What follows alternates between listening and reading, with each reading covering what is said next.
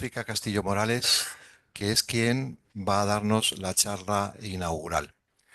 Eh, África es profesora titular de la Universidad Complutense de Madrid, especializada en galaxias con formación estelar mediante espectroscopía 2D. Participa en proyectos instrumentales como el Megara en el GTC, TARSIS en Calar Alto y Mosaic cuando esté disponible, en el LLT. Muchísimas gracias, África, y te paso el micro. Muy bien. Muchísimas gracias. Bueno, buenos días. ¿Aquí? ¿Por aquí se me ven? Sí. Buenos días a todos y a todas. Y bueno, en primer lugar, quería agradecer pues, a la organización que darme la oportunidad de presentar esta charla y bueno, es un placer para mí estar en la agrupación de nuevo y por supuesto en este workshop que espero que sea el primero de muchos. Así que muchísimas gracias. Pues nada, he preparado esta presentación con el objetivo de hacer un resumen, y en ese sentido va a ser una charla más general, un resumen de los fundamentos de la espectroscopía y luego daros algunos ejemplos de qué podemos medir, qué podemos aprender de la espectroscopía, pero aplicada a, a lo que es la astrofísica extragaláctica, que es el campo en el que yo me muevo un poquito y bueno, presentaré algunos ejemplos de los muchos en los que podemos, bueno, usar esta técnica para aprender, ¿no? Sobre cómo funciona y evoluciona el universo. Es que sí, ahí, es que está ahí mejor, ahí ya no se escucha. Ahí, a ver si cogemos el punto. Muy bien. Pues, a ver, no, me pongo aquí. Vale. Bueno, pues en esta tarea de estudiar el universo tenemos múltiples mensajeros cósmicos, ¿verdad? No solo la radiación electromagnética, rayos cósmicos, neutrinos, ondas gravitatorias descubiertas ya, bueno, parecía que fue ayer, pero hace ya casi un poquito más de una década. Hoy nos vamos a concentrar pues en la radiación electromagnética y va a ser nuestro mensajero principal, pero sabemos bueno, que existen otros para estudiar el universo. Eh, es bueno recordar que el proceso de medida en astrofísica, pues tenemos, digamos, varios pasos, ¿no? Lo primero es recolectar fotones, recolectar esa radiación electromagnética. Para eso necesitamos telescopios, usamos los telescopios y queremos telescopios cada vez más grandes. No porque queramos gastar dinero, más dinero en ellos, sino porque observar con telescopios más grandes implica ir más lejos. Sabemos que si tenemos una fuente luminosa que está emitiendo energía, cuanto más lejos nos vayamos, la intensidad, la cantidad de energía que recibimos por unidad de área decrece con la distancia al cuadrado. Entonces, para compensar esa pérdida de intensidad, si queremos observar la misma cantidad de energía, tenemos que multiplicar por un área cada vez mayor para poder observar objetos más lejanos. Una segunda parte sería seleccionar aquellos fotones que nos interesan para nuestro proyecto científico. En realidad hablamos de hacer fotometría, es decir, hacer imágenes en diferentes bandas fotométricas, es decir, recolectar la luz usando filtros fotométricos que dejan pasar solamente los fotones en un rango espectral. Y luego hablamos de espectroscopía, que veremos que realmente, y es para lo que este workshop está orientado, que es una técnica que aunque decimos diferente a la fotometría, no es tan diferente. Veremos un poquito más adelante que son eh, eh, eh, técnicas parecidas, ¿no? La espectroscopía consiste en saber cuál es la composición en energía de la luz que nos viene pues, de nuestra galaxia favorita, de nuestra estrella o de nuestro objeto favorito, ¿no? Luego, además, una vez que seleccionamos nuestros fotones, la radiación que nos interesa para nuestro proyecto, tenemos que detectarlos. Y los métodos de detección pues, han ido evolucionando a lo largo de la historia, desde el ojo, desde que existe el hombre, con células sensibles al color y células sensibles a la intensidad. Lo que pasa es que, claro, cuando son objetos muy débiles ya deja de funcionar. Placas fotográficas, donde ya podemos dejar exponer durante tiempo, ¿no? Una placa podemos exponerla durante un tiempo de exposición. Ahí la linealidad no es muy buena. eh, y por eso se evolucionó a usar pues, lo que es la tecnología de semiconductores, ¿no? Óxido de semiconductores, como es detectores TCD o detectores CMOS, donde ya ganamos más sensibilidad y tenemos una linealidad que no conseguimos con las placas fotográficas y que nos permiten pues, tener una imagen digital y poder trabajar pues, mucho más cómodamente que con placas fotográficas. Bueno, Nuestro mensajero cósmico entonces es la luz y nos podemos preguntar cuál es la naturaleza de la luz. Aquí he preparado son unas transparencias para hacer un poquito de repaso histórico y como todos sabemos, pues si nos situamos en el siglo XVII, ahí había pues toda una debate, ¿no? Entre si la luz es una onda, si la luz es una partícula. Tenemos la teoría ondulatoria de Huygens para explicar pues, procesos como son los fenómenos como se observaban de la reflexión, de la refracción, que se podía explicar pues, con su principio de propagación de la luz, mientras que Newton, muy famoso en aquella época por su mecánica newtoniana, lo diré, newtoniana, pues apostaba por una teoría o pensaba que la luz estaba formada por corpúsculos que viajaban en línea recta y también pude explicar los procesos de reflexión y de refracción, pero como comento aquí, suponiendo o tenía que asumir para poder justificar las observaciones, asumir que la velocidad de la luz en un medio como podía ser un vidrio, pues era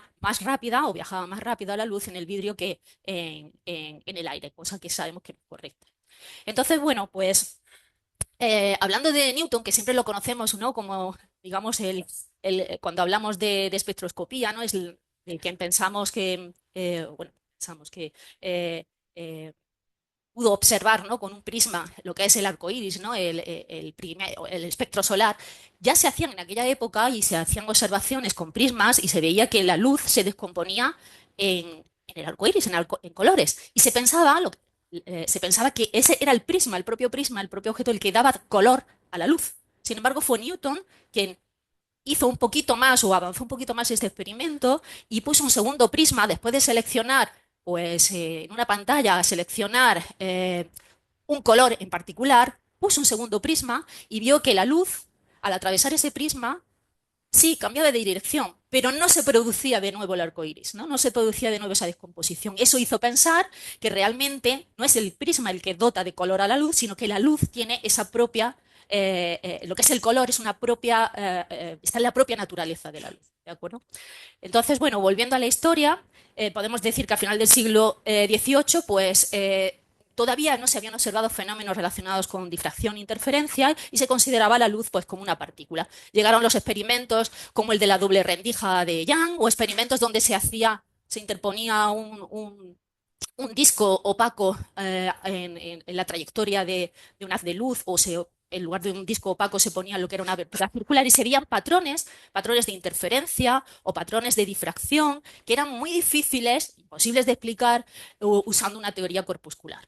Entonces, en aquella época, pues hablamos de Fresnel, en el siglo XIX, pues propuso una teoría ondulatoria ya basada con una base matemática y a partir, podemos decir que al final del siglo XIX la luz era considerada como una onda. Fue Maxwell quien hizo una recopilación, ¿no? de todos los experimentos, de las leyes de electricidad, magnetismo y óptica, y lo recopiló todo esto en una teoría bastante compacta y consistente, que es la teoría electromagnética clásica, donde, pues, con las ecuaciones de Maxwell podemos demostrar y podemos ver que la luz es una onda electromagnética, una onda transversal, donde están oscilando campos eléctricos y magnéticos y que se mueve en el vacío con esta velocidad de la luz que depende de la permitividad eléctrica y de la permeabilidad magnética del vacío. La luz se puede transportar no solo en el vacío, sino que se puede transportar o se propaga en otros medios y entonces no solamente, aquí vemos que la velocidad va a depender de las propiedades eléctricas y magnéticas del medio, y si estamos hablando de otro medio que no es el vacío, pues la velocidad dependerá de esa permeabilidad y permitividad de ese otro medio. Esas propiedades eléctricas y magnéticas dependen de la frecuencia.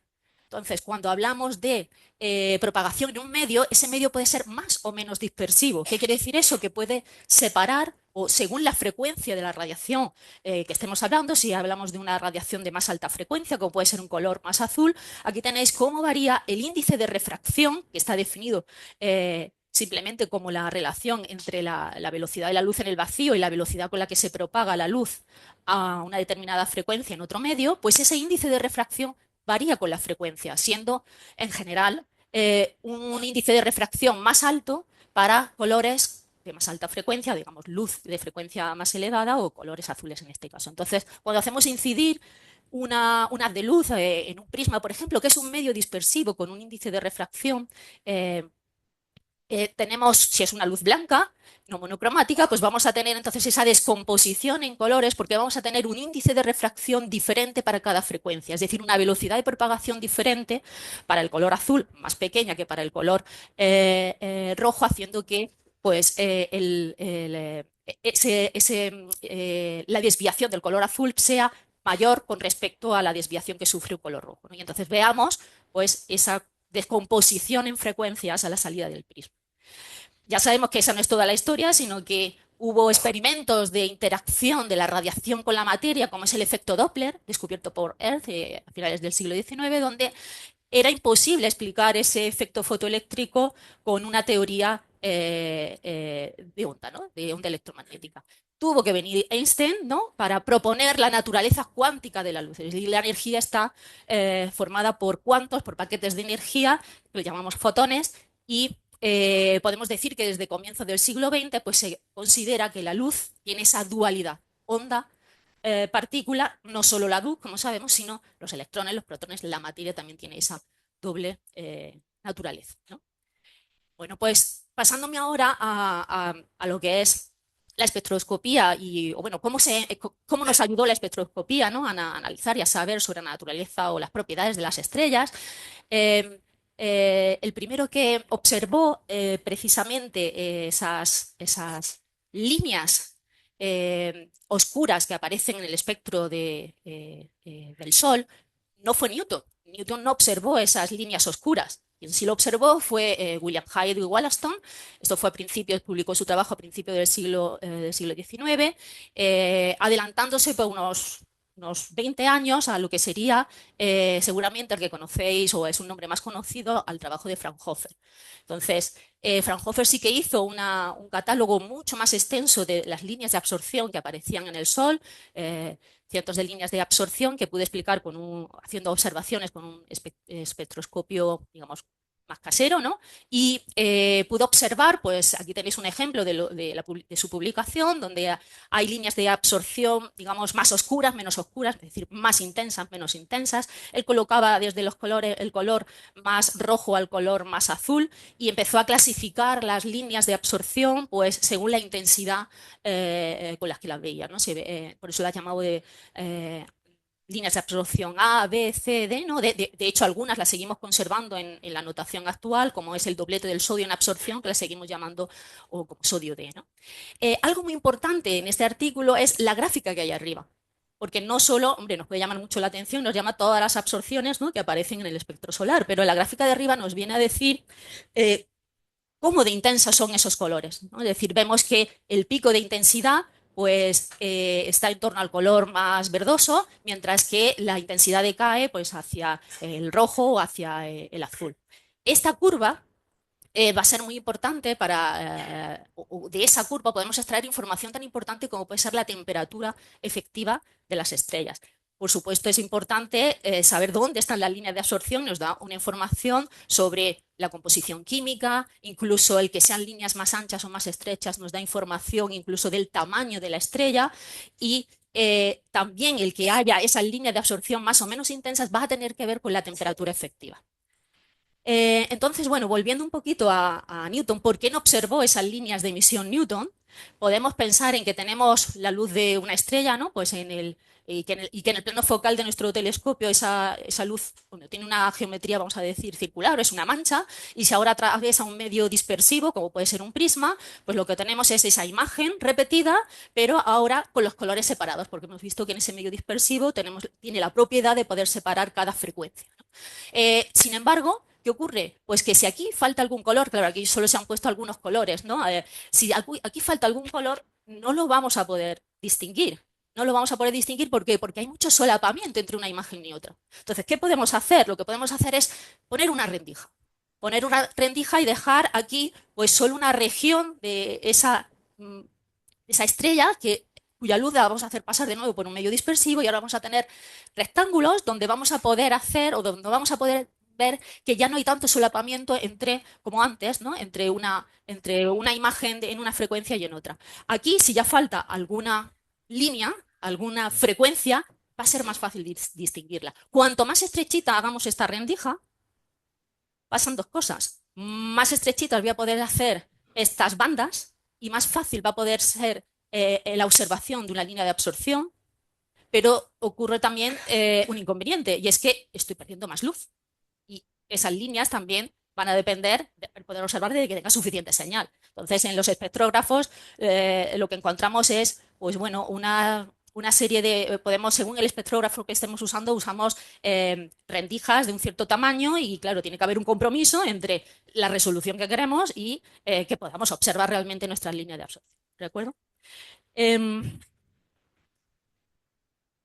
Bueno, pues simplemente aquí para seguir un poquito con historia, simplemente por comentar que los trabajos de estos señores, de Kirchhoff y Bunsen, fueron muy importantes para explicar esa línea de absorción porque estaban en las posiciones que estaban. Y es que en el espectro solar aparecían, pues eso, líneas de absorción más de 100 catalogadas por Fraunhofer y ellos haciendo experimentos pues con diferentes sustancias que calentaban, ¿no? Y eso producía pues excitación de los átomos y la emisión de un flash de luz que dispersaban y aparecían líneas de emisión, en este caso, en las mismas posiciones en las que se veía la línea de absorción en el Sol. Y esto ya anticipaba cómo de importante van a ser los espectros del Sol, de las estrellas, para saber la composición química, entre otras cosas, de la atmósfera de las estrellas.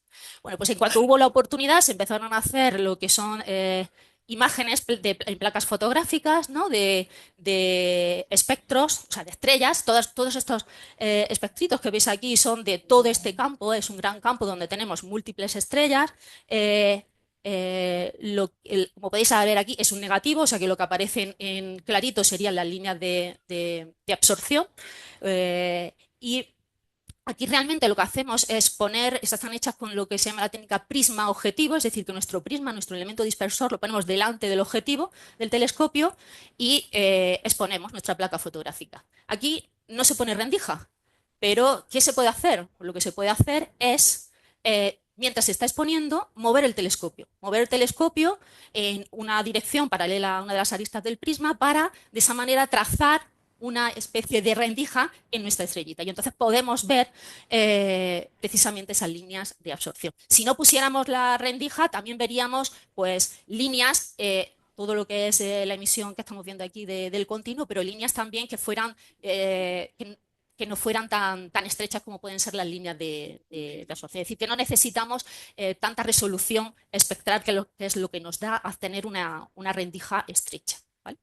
Bueno, pues en el observatorio de Harvard, como seguramente sabéis, pues se hizo un gran esfuerzo observacional pues por todo un conjunto de mujeres que se contrataron precisamente para observar esas placas fotográficas donde se clasificaron cientos de miles de estrellas, pues se hizo una primera clasificación atendiendo a lo que eran las propiedades que se observaban en la placa fotográfica en cuanto a líneas de absorción. Se fijaron sobre todo en las líneas de absorción de la serie de Balmer, que es la serie de absorción del hidrógeno, donde se empezaron a clasificar pues, estrellas de tipo A, B, C, siguiendo el abecedario.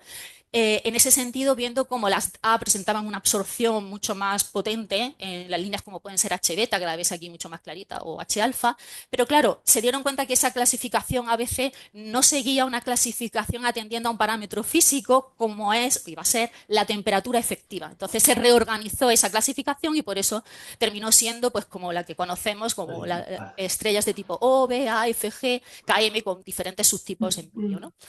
Eh, si nos fijamos aquí tenéis ejemplos de diferentes, pues eso, diferentes nombres de estrellas de diferentes tipos espectrales.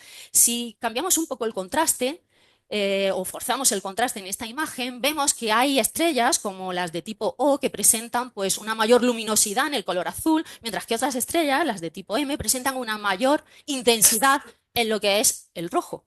Y esto es lo que decía antes de Fraunhofer, es súper importante para darnos cuenta que realmente lo que estamos viendo aquí es la emisión pues, de un cuerpo negro, porque podemos asumir que la emisión en la atmósfera, en la fotosfera de una estrella, se puede aproximar. En primera aproximación una buena aproximación es la emisión del cuerpo negro y ya sabéis que esa emisión pues, depende solamente de la temperatura. Es decir, que vamos a tener esta curva que viene dada por la ley de Planck. Vemos que la emisión de una estrella a 12.000 Kelvin pica primero cuanto más temperatura, la intensidad es mayor, comparada de 12.000 Kelvin con 3.000 Kelvin, y luego también vemos el efecto de que ese pico a mayor temperatura cae en longitudes de onda más cortas o frecuencias más altas, y a medida que vamos yendo hacia estrellas que son más frías, como puede ser una estrella tipo M a 3.000 Kelvin, pues su pico de emisión está más hacia el infrarrojo cercano. Eso no quiere decir que solo emitan el infrarrojo cercano, quiere decir que su pico de emisión lo tiene ahí. Bueno, pues en el espectro de emisión, o sea, en el espectro de una estrella, no observamos solamente pues, esa emisión del cuerpo negro, que decimos la emisión del continuo, sino que también observamos, como hemos dicho, líneas de absorción. Y esas líneas de absorción, pues como podéis ver aquí, si me fijo en H beta, pues empieza siendo una línea de absorción en las estrellas de tipo O que, bueno, casi no se ve, no es que no haya, pero hay muy poquita absorción. Aquí es donde se ve una absorción mucho más fuerte y luego otra vez empieza a disminuir. ¿Eso por qué ocurre? Pues la temperatura de la estrella, de la fotosfera, va a ser la principal causa de que ocurra esa secuencia en las absorciones, que sean más o menos intensas. Y es que tenemos que pensar, y aquí os recuerdo, pues en la configuración electrónica del átomo de hidrógeno, si tenemos el hidrógeno a temperatura, perdón, si tenemos el átomo de hidrógeno a una temperatura en la atmósfera muy elevada, vamos a tener todo el hidrógeno ionizado. No vamos a tener electrones en su configuración electrónica. Y si queremos observar una línea como puede ser de absorción de H beta, lo que necesitamos es tener el nivel n igual a 2 excitado, es decir, tener electrones ahí, y tener transiciones desde n igual a 2 a n igual a 3, eso sería H alfa, y de n igual a 2 a n igual a 4, eso sería H beta. Entonces, cuando tenemos, como digo, estrellas muy calientes, como puede ser la de tipo O, no vamos a tener electrones, vamos a tener el hidrógeno ionizado. Cuando tenemos en el otro extremo estrellas muy frías, ¿qué va a ocurrir? Los electrones van a estar prácticamente en el estado fundamental. Necesitamos temperaturas en torno a los 10.000 Kelvin, que son las temperaturas típicas de las estrellas de tipo A, que son las que van a hacer que tengamos electrones excitados aquí en n igual a 2. Y entonces podamos tener esas transiciones de un fotón con la energía adecuada y pueda absorberse para llegar a n igual a 3, dando H alfa o H beta. ¿Vale? Entonces, bueno, también aquí solamente quería recalcar o hacer, poner esta gráfica donde, claro, vemos aquí esta imagen que es ilustrativa de lo que es el espectro con la línea de absorción. Realmente lo que cuando analizamos espectros, pues lo que utilizamos es una gráfica donde ponemos pues intensidad frente a longitud de onda, ¿no? Y las líneas de absorción, fijaos que no son no significa que no haya luz en la línea de absorción. Pueden ser más o menos intensas, como he explicado, y eso depende en la mayor parte o en gran medida debido a la propiedad de la temperatura efectiva que tengamos en la fotosfera. También algo interesante de resaltar, pero que, bueno, que todos estamos acostumbrados a hacer un espectro y pintamos una línea continua. Realmente no tenemos una línea continua, tenemos puntos discretos, tenemos medidas de intensidad o de densidad de flujo a diferentes longitudes de onda, tenemos píxeles donde tenemos espectrales, donde tenemos medidas de intensidad. No tenemos un continuo, tenemos puntos discretos. Y en ese sentido, os decía al principio que la espectroscopía es muy parecida a la fotometría, porque podemos pensar en cada píxel que tiene un rango espectral pequeñito, eso ya dependerá de nuestra resolución espectral. Bueno, pues cada píxel lo podemos ver como un pequeño filtro fotométrico, ¿vale? Y eso nos hace pensar, o nos podemos hablar en ese sentido de que la espectroscopía es una fotometría de alta resolución espectral, o al contrario, que la fotometría es una espectroscopía, pero de muy baja resolución espectral. ¿De acuerdo?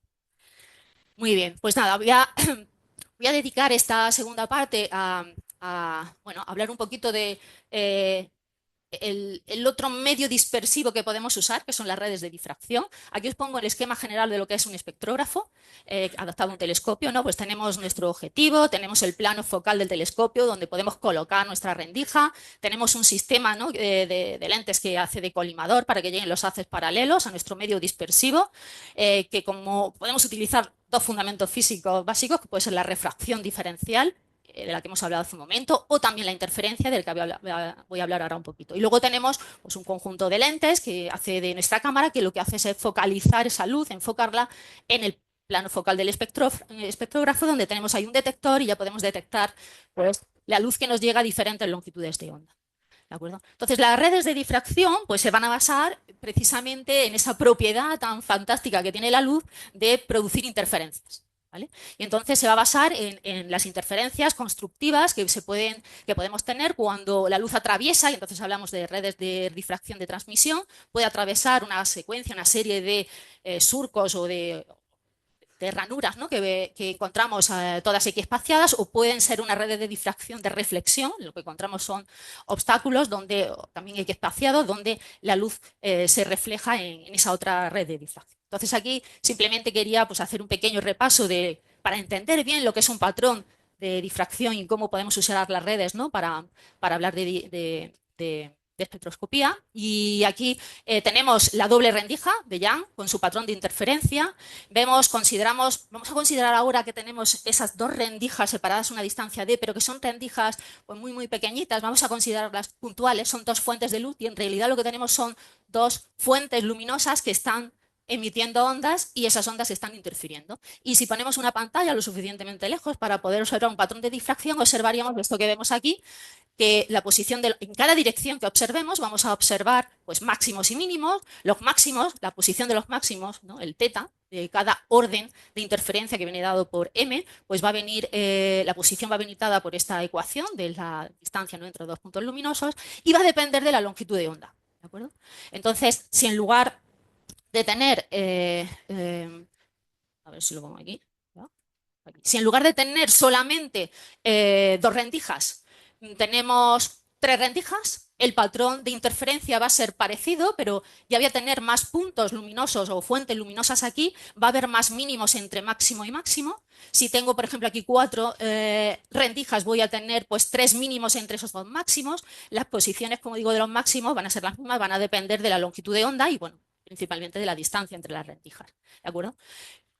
Claro, pero las rendijas, he dicho hace un momento, las voy a considerar puntuales, pero no son puntuales, tienen una extensión, ¿no? Tienen una anchura. Esa rendija tiene una anchura que voy a llamar A, y si considero ahora por un momento solamente esa rendija y dejo pasar luz monocromática, estoy hablando todo el rato de que incide luz a una determinada longitud de onda, lo que voy a tener también es que cada punto de esa rendija, cada punto de ese espacio va a actuar como una fuente luminosa y voy a tener interferencias de todos los puntos que hay. Podemos analizar, no vamos a entrar en el detalle, que el patrón de difracción sería este que tenemos aquí, y ahora fijaos que la posición de los mínimos es una ecuación parecida a la anterior, donde ahora A es la anchura de la rendija y donde M es el orden de difracción. Pero la posición de los mínimos va a ser parecida a donde estaban antes los máximos, pero ahora cambiando A, que es la anchura de la rendija, por D, que era antes la distancia entre rendijas. ¿De acuerdo? Entonces, si aquí tenéis algún ejemplo de cómo sería ese patrón de difracción, pues si tengo una anchura parecida a la longitud de onda con la que estoy incidiendo,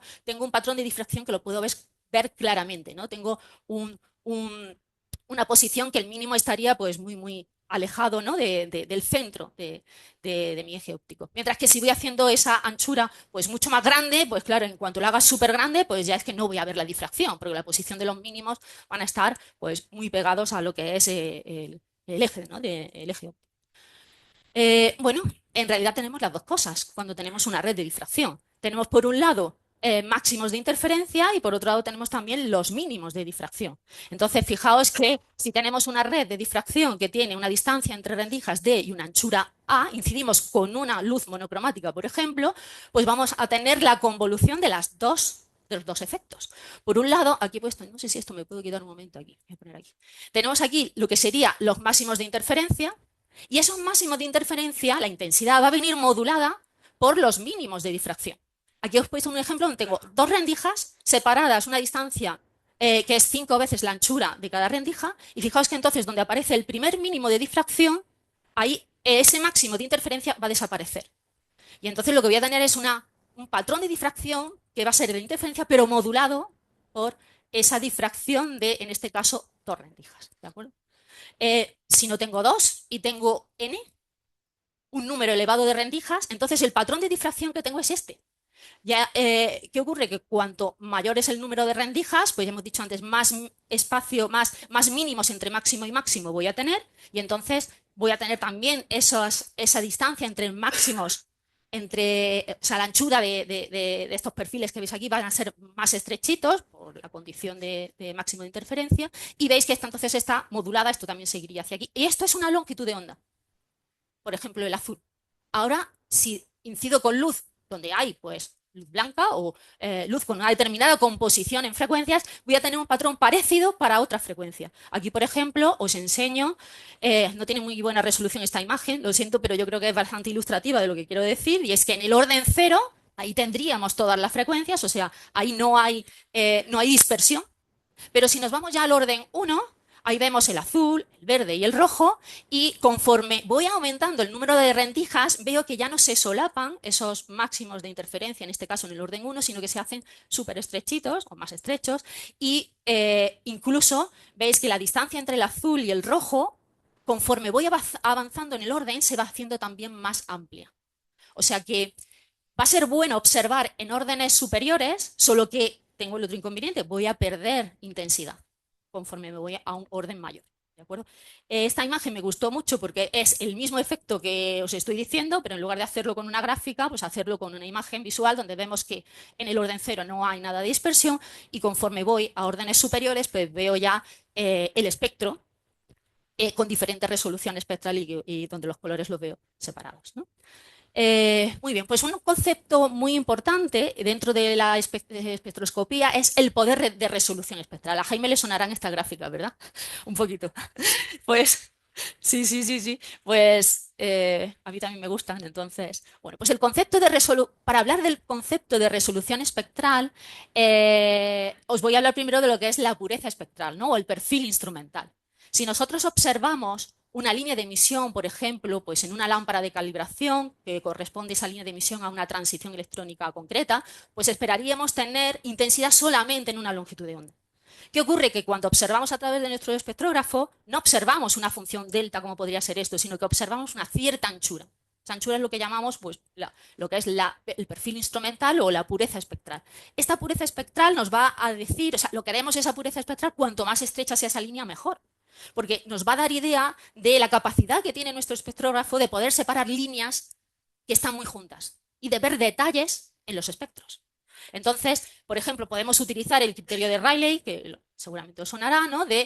Este criterio nos dice que un espectrógrafo va a poder separar dos líneas cuando la diferencia entre los máximos, aquí tenéis sus patrones de difracción, cuando los máximos, ¿no? La diferencia entre esos dos máximos de difracción es igual o superior a la pureza espectral. Claro, ¿cuándo voy a poder resolver una línea? Pues aquí tenéis un ejemplo. Tengo una línea de emisión que tiene pues esta forma, donde tengo una anchura, que no lo he dicho antes, esta anchura la solemos medir a mitad de altura y lo que se llama el full width half maximum en inglés.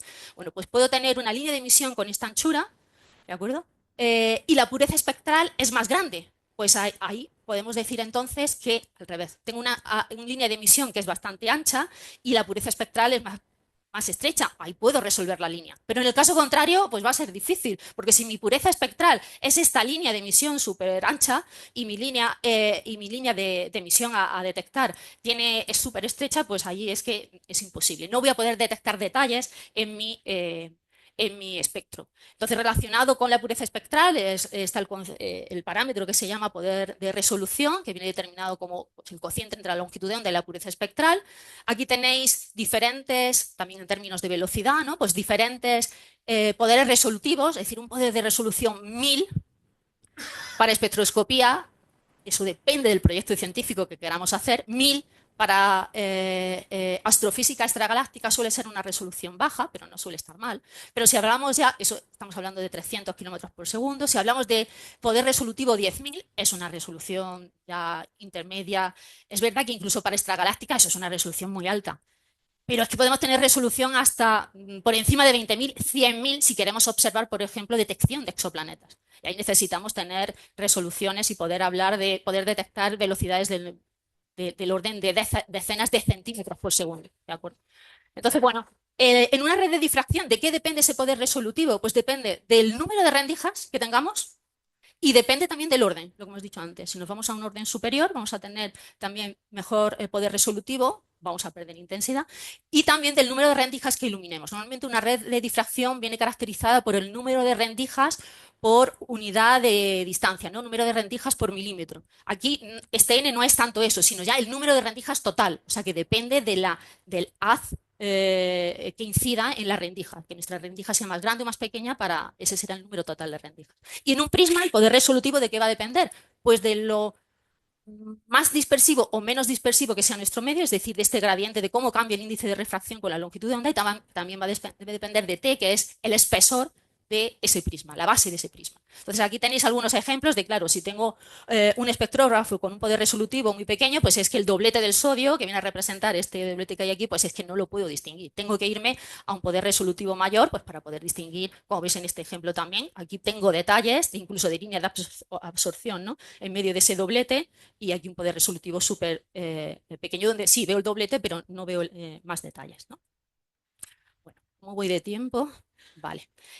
Aquí voy a pasar rápido porque quiero llegar a explicar lo que son los espectrógrafos 2D, y simplemente aquí os quiero comentar, bueno, tenemos diferentes tipos de espectrógrafos de tipo Echelle, que son espectrógrafos destinados sobre todo pues a la alta resolución espectral. Hablamos de resoluciones que pueden llegar hasta 100.000 o más. Son con los que se utilizan, son redes de difracción en reflexión que utilizan pues espectrógrafos para detectar exoplanetas, y porque que son espectrógrafos que ofrecen la capacidad de poder medir velocidades radiales muy pequeñitas, ¿no?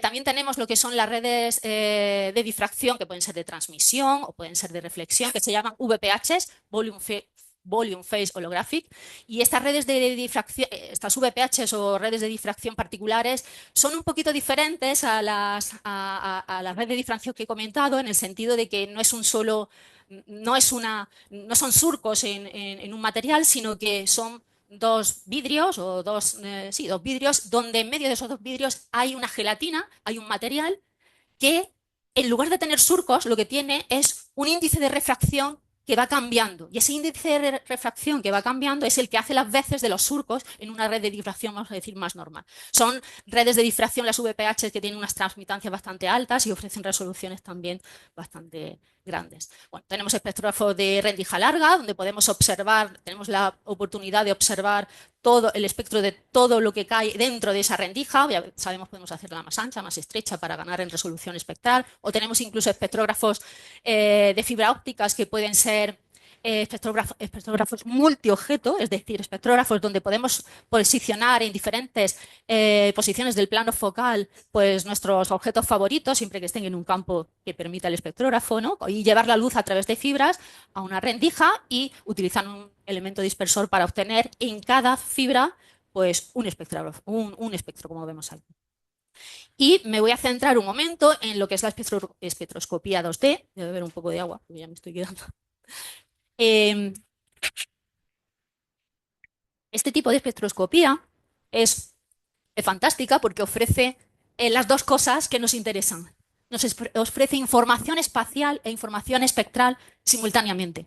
Son espectrógrafos que se le llama 2D, a veces incluso, bueno, 3D. ¿Por qué? Porque tienes las dos dimensiones espaciales y una tercera dimensión que sería la longitud de onda. Lo que se utilizan para obtener pues eso, información espectral de una región conexa en el espacio, en nuestra galaxia, no solamente en una fibra ni en una región pequeñita. Puedo tener como vamos a ver ahora, diferentes técnicas para hacer esa observación, o también se suelen utilizar para hacer lo que llamamos búsquedas a ciegas. No vamos buscando nada en concreto, pero podemos hacer, si tenemos una extensión grande en nuestra galaxia, podemos obtener espectros y encontrar pues, objetos que a lo mejor que no vamos buscando en particular, ¿no? Entonces, os resumo aquí tres técnicas principales para utilizar o que se utilizan en espectroscopía 2D. La primera es la que se llama de microlentillas, y es que en el plano focal lo que hacemos es tener una matriz de microlentes que dividen, ¿no? nuestro objeto en diferentes regiones, y en el foco de cada microlente se forma la imagen de la pupila del telescopio. Y tenemos imágenes pequeñitas que van a servir de entrada, de input, a nuestro espectrógrafo. Entonces tendríamos lo que sería la unidad de campo integral formada por esas microlentes. Luego el espectrógrafo, que estaría aquí en medio, ¿no? Estaría aquí en medio, haría la dispersión de ese espectro. Fijaros que el espectrógrafo, en esta configuración en particular, se tiene que orientar de tal manera que podamos en el detector tener espectros de cada región que tenemos aquí y no se solapen. a veces es complicado que no se solapen y es una técnica, bueno, que la extracción de los espectros en esta técnica es odiosa, ¿no? Pero bueno, el espectrógrafo se orienta de tal manera que se pueda rellenar el detector de tal manera que tengamos espectros sin solape. De aquí, que esto sería la imagen que veríamos en el detector, aquí, que es lo que llamamos un cubo de datos, hay todo un proceso de correcciones, calibraciones, extracción del espectro antes, por supuesto, en el que no voy a entrar en detalle, pero ya he visto que tenéis algunas charlas dedicadas a esto y serán súper útiles. Y de tal manera, o sea, ¿por qué puedo obtener un cubo de datos? Porque cada espectro sé de qué posición viene. Y entonces puedo saber la posición espacial y tengo para cada punto en este, digamos, píxel, pues tengo un espectro. Por eso la información espacial y espectral simultáneamente. Otra técnica es, en lugar de utilizar esas microlentes, es utilizar fibras ópticas que están acopladas. Se pueden utilizar solamente fibras. El problema de usar solamente fibras es que tengo huecos entre las fibras porque son redonditas y puede haber pérdidas, pero puedo tener fibras acopladas a microlentes. Microlentes cuadradas o hexagonales, como hay en el instrumento Megara, que ahora os enseñaré algún ejemplo, y entonces tengo menos pérdidas, tengo la fibra acoplada a una microlente, llevo a través de la fibra óptica, aquí, llevo a través de la fibra óptica la luz a lo que llamamos una pseudo rendija, donde colocamos ahí la luz de nuestras fibras, pasamos a través del sistema de nuestro espectrógrafo para dispersar la luz y obtener, pues, de nuevo un cubo de datos. La otra técnica es un poquito más avanzada, pero avanzada en el sentido, bueno, es más complicada el diseño óptico, en el sentido de que ahora voy a tener mi plano focal y lo voy a dividir en cachos, en rectángulos, en rebanadas. Es lo que se llama, esa técnica se llama, o este tipo de espectrógrafo es un rebanador de imagen, donde ahora lo que hago es no utilizar fibras para nada. Ahí no tengo el problema de que si la fibra se me rompe o si se dobla, ¿no?, al flexionarse, sino que lo que tengo son dos conjuntos de espejos, espejos orientados en diferentes direcciones que dirigen la luz de cada cachito de mi región de la galaxia en el plano focal a otro conjunto de espejos que finalmente la luz de cada rectangulito se orienta de nuevo, se sitúa en la pseudo rendija y se pasa a través de lo que es el sistema dispersor de nuestra red de difracción y de nuevo tenemos aquí en el detector nuestra imagen que luego podemos conseguir con ella hacer un cubo de datos. ¿De acuerdo? Bueno, voy a poner ejemplos dentro de un momento pues, de lo que es la espectroscopía 2D para que veamos algunas imágenes, ¿no? Y ahora esta parte última de... ¿Cuánto me queda? 4 nada más. Ah, vale, vale, vale, vale. Vale, vale. Sí, perfecto, perfecto. No, claro, sí, sí. Pues nada, en esta última parte que me queda de la charla quería daros unas pinceladas, porque claro, no se puede hablar de todo, pero bueno, de unas pinceladas de lo que considero que han sido pues eventos importantes o propiedades que hemos podido medir importantes dentro de la astrofísica extragaláctica. Me voy a centrar ahí, aunque hay muchísimos otros campos dentro de la astrofísica, como sabéis, donde la espectroscopía ha sido y es súper importante, ¿no? Bueno, pues el primero de ellos es mencionar, como no, pues en cuanto se pudieron medir hacer espectros en galaxias y se pudo medir lo que es el desplazamiento al rojo o simplemente el desplazamiento de líneas de absorción o de emisión en una galaxia hacia longitudes de onda más largas y se pudo medir la velocidad de recesión de las galaxias, pues se vio que esa velocidad de recesión era mayor cuanto mayor es la distancia a la que están las galaxias. Esto lo propuso, en principio hablábamos solamente de la ley de Hubble, pero en realidad desde hace ya unos años, no me acuerdo desde qué año, pero es la ley de Hubble-Lemaitre, porque aunque Hubble se centró más en ajustar esta gráfica y ver realmente que hay una relación, ¿no?, lineal hasta las distancias que él pudo medir de la velocidad frente a la distancia, ¿vale? Pues Lemaitre se dedicó principalmente a interpretar también esa ley. Es decir, el hecho de que haya velocidades mayores o que todas las galaxias se estén alejando de todas y en cualquier dirección que miremos, eso se puede interpretar como una expansión del universo. Realmente el universo se está expandiendo y eso es lo que hace que la distancia entre las galaxias, no solo si la miramos de nuestra galaxia, sino si pudiéramos ir a otra galaxia también, ahí mediríamos un efecto de redshift, ¿no?, cosmológico o de desplazamiento al rojo cosmológico. ¿Qué más? Pues algo muy interesante y es increíble la cantidad de información que podemos obtener de una galaxia. Si hacemos, por ejemplo, de este cachito de región de la galaxia un espectro, podemos tener un espectro donde tenemos la contribución de la luz, aquí ya se complica todo más en una galaxia, ya no solo hay una estrella, ni millones de estrellas, además hay diferentes poblaciones de estrellas de diferentes edades y de diferentes metalicidades. Hay estrellas que han podido nacer hace poco y hay estrellas que llevan ya viviendo mucho tiempo porque han nacido en otra época. Entonces, en nuestro espectro, ¿qué vamos a ver de una galaxia? Vamos a ver la contribución al continuo de toda esa luz de las estrellas con sus absorciones correspondientes. Vamos a ver absorciones no solo de las estrellas, sino de las nubes de gas que hay entre la galaxia y nosotros, es decir, el medio interestelar. Y además vamos a ver líneas de emisión, que pueden ser líneas de emisión de recombinación, líneas de emisión prohibidas, que van a tener que ver con la presencia de gas que se ha podido calentar, ionizar y volver los electrones a recombinar. Bueno, pues ¿qué podemos hacer con todo este espectro? Pues lo que podemos hacer es utilizar modelos que se llaman de poblaciones estelares simples, que no voy a explicar ahora lo que es, pero son modelos en los que vamos a utilizar la luz de las estrellas de diferente edad y metalicidad, las vamos a combinar y vamos a ver qué mejor modelo es el que se ajusta a mi observación. Aquí tenéis un ejemplo, ¿no? Pues de diferentes Simple Stellar Population del inglés, ¿no? Donde hemos visto que la combinación de edad más joven, intermedia o vieja ajusta bastante bien con este color rojo mi espectro, sobre todo en absorción y en el continuo. Entonces, podemos aprender no solo de las propiedades de las poblaciones estelares, podemos medir la extinción, podemos incluso hablar de propiedades cinemáticas. Aquí tenéis el espectro, cómo rotan las nubes de gas en las galaxias, cómo rotan las estrellas. Tenemos un espectro de rendija larga, dirección espectral, dirección espacial en mi detector. Vemos líneas que son rectas, líneas de cielo, pero también vemos líneas que se curvan. Aquí, cuando vemos esas líneas de emisión, esto es correspondiente a H-alfa de los dos nitrógenos, líneas prohibidas, incluso aquí se ven los azufres, el doblete del azufre, pues cuando vemos líneas que están dobladas, estamos viendo líneas que estamos viendo rotación. Esto nos está diciendo que hay una rotación. ¿Por qué? Porque estamos viendo que hay una zona de la galaxia, aquí tenemos la dirección espacial, hay una zona de la galaxia donde el gas va a estar viniendo hacia nosotros y otra zona donde el gas va a estar alejando de nosotros. Esto nos permite medir o hacer una curva de rotación de una galaxia. Fue el trabajo que hizo Vera Rubin en los años 60-70, donde pudo ver que las curvas de rotación de las galaxias espirales con las que trabajaba ella, pues tenían esta pinta. Y esto nos está diciendo que hay más masa o tiene que haber más masa que la que luce.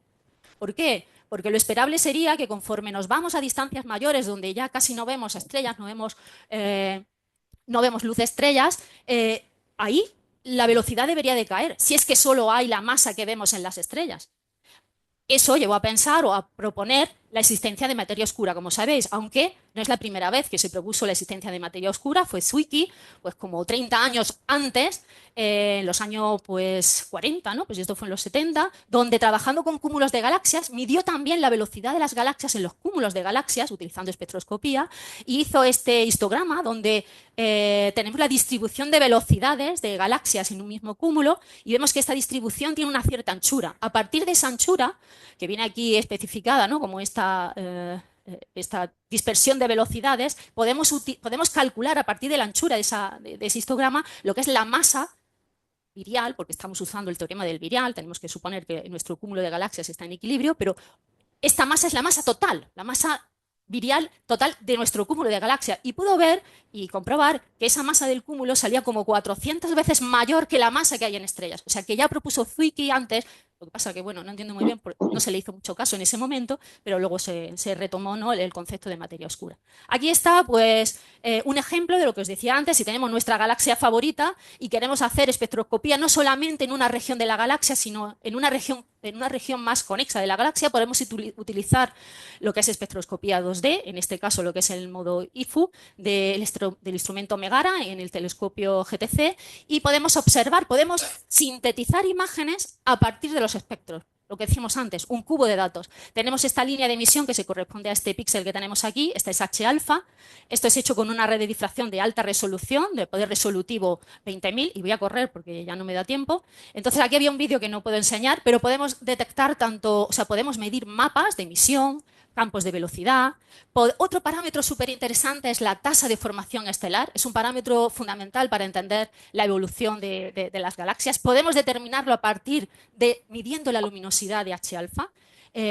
No voy a entrar en cómo se produce la línea de H alfa porque ya no me da tiempo, pero algo muy interesante es que si metimos esa línea de emisión, ese flujo de emisión en H alfa, no solo en galaxias del universo cercano, este es el redshift o tiempo hacia el pasado, ¿no? Aquí Avui estamos hoy, tenim sino que molta medimos pel·lícula. esa tasa de formación estelar atrás en el tiempo, en diferentes muestras de galaxias, podemos ver que el universo no siempre ha estado formando galaxias al mismo ritmo. Hubo una época, en torno a un desplazamiento al rojo z igual a 2, donde ahí hubo un máximo, lo que se llama el cosmic noon, y es tarea de la astrofísica extragaláctica entender por qué ese máximo ha ocurrido ahí. Bueno, aquí tenéis, os pongo algunos ejemplos de proyectos. Claro, no se hace la observación solo en una galaxia, se hace en miles de galaxias y se obtienen propiedades donde se puede hacer estadística. He dicho Califa o Manga, o incluso en el James Webb, nos vamos al espacio, tenemos el NIRSPEC, voy a entrar en detalles, y simplemente aquí os dejo en el futuro, pues en el futuro mucho más. Estamos ahora involucrados en nuestro grupo en un instrumento que es MOSAI para el telescopio LT, que bueno, se instalará.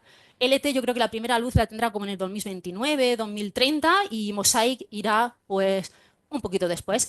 MOSAIC es un espectrógrafo que tiene dos modos de observación, multiobjeto, donde podemos colocar fibras en Sí, I'm diferentes thinking regiones, about ¿no?, del campo para trabajar LA. tanto en el visible como en el infrarrojo, y también tiene otro modo, IFU, tiene 8 IFUs o va a tener 8 IFUs donde podemos hacer mapas parecidos a los que he enseñado antes. Y bueno, esto es todo lo que os quería contar y muchas gracias por vuestra atención.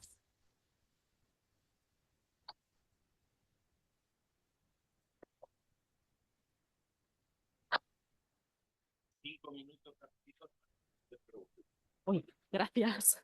Muchas gracias.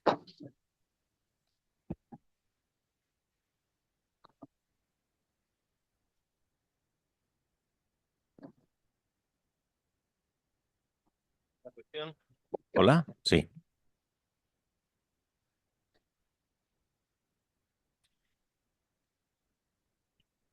Muchísimas gracias por la buena charla. Y tengo la pregunta el siguiente, ¿cómo es con las nuevas informaciones del DESI, de Dark Energy, por la cual la aceleración no va a aumentarse para siempre? Sí, es Va a cierto. ser como el premio Nobel de Yo, datos. sí, es verdad. O sea, lo que se ha descubierto, o bueno, o nuevas observaciones lo que nos dicen es que parece que el universo se está expandiendo, pero no de forma acelerada. La verdad es que no he terminado, o sea, no he podido leerme en detalle las observaciones que han llevado o el tipo de información que ha llevado a esto, pero yo creo que ahí hay que mirarlo con precaución y no digo que, por supuesto, sea un resultado que no vaya a ser merecedor del premio Nobel, por supuesto, pero creo que hay que tomarlo todavía con precaución. Muy bien. Bueno, muchas gracias.